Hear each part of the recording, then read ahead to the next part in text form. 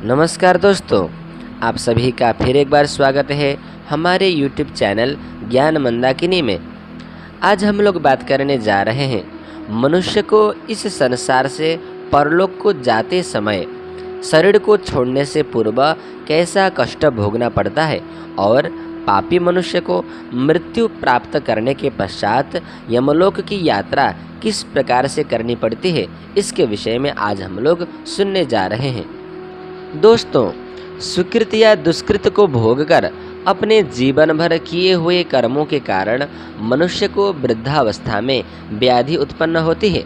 वह व्याधि मानसिक पीड़ा और शारीरिक पीड़ा से युक्त होती है। फिर भी मनुष्य जीने की इच्छा रखते हैं। उनको सर्प के समान अचानक काल आकर प्राप्त हो जाता है, जैसे मेढक पर सर्प दौड़ता है। अंतकाल में भी उसे वैराग्य उत्पन्न नहीं होता और जिसका उसने जीवन भर पालन किया था वे पुत्र आदि उसकी रक्षा करने लगते हैं और ऐसी अवस्था में, मरणासन्न अवस्था में उसे नेत्र से दिखता नहीं, कानों से सुनाई नहीं देता, दांत गिर जाते हैं। अतः वह ऐसी अवस्था को प्राप्त कर मरणोन्मुख हो जाते हैं। अपमानित होकर पुत्र आदि के द्वारा दिए हुए भोजन को वह कुत्ते की तरह खाता है।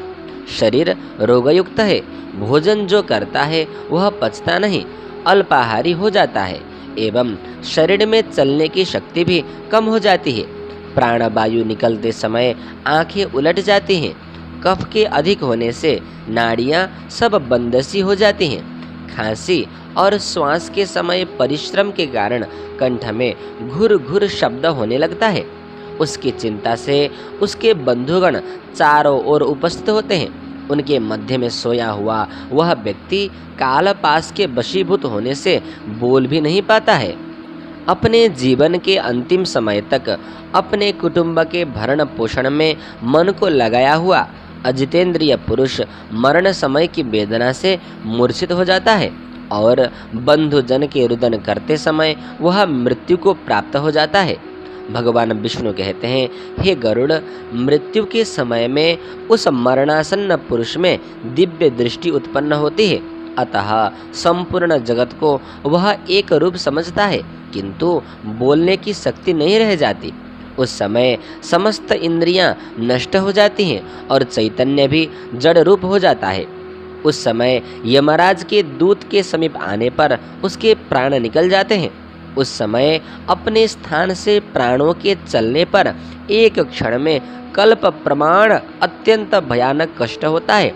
अर्थात 100 बिच्छुओं के डंक मारने से जो वेदना होती है, ऐसी वेदना उस समय उस मरणासन्न व्यक्ति को एक क्षण में हो जाती है। तत्पश्चात उस मरणासन्न अवस्था में मुख पर फेन आने लगता है और मुख से लार टपकने लगती है। उस पापी पुरुष के प्राणवायु नीचे के मार्ग से निकलते हैं। अर्थात जो मनुष्य पापी होता है उसके प्राण मूत्रेंद्रिय और गुदा इंद्रिय से निकल जाते हैं। उस समय 2 भयानक दूत आते हैं। वे बड़े भयंकर और क्रोधयुक्त नेत्र वाले तथा पाश दंड को धारण करने वाले और नग्न अवस्था में रहते हैं। दांत से कट कट शब्द करते हैं। कौवे के समान काले और ऊंचे केश हैं। टेढ़ा मेढ़ा मुख है, नख ही जिसके आयुध हैं। ऐसे यमराज के दूत को देखकर पापी प्राणी अत्यंत भयभीत होकर मलमूत्र त्याग करने लग जाता है।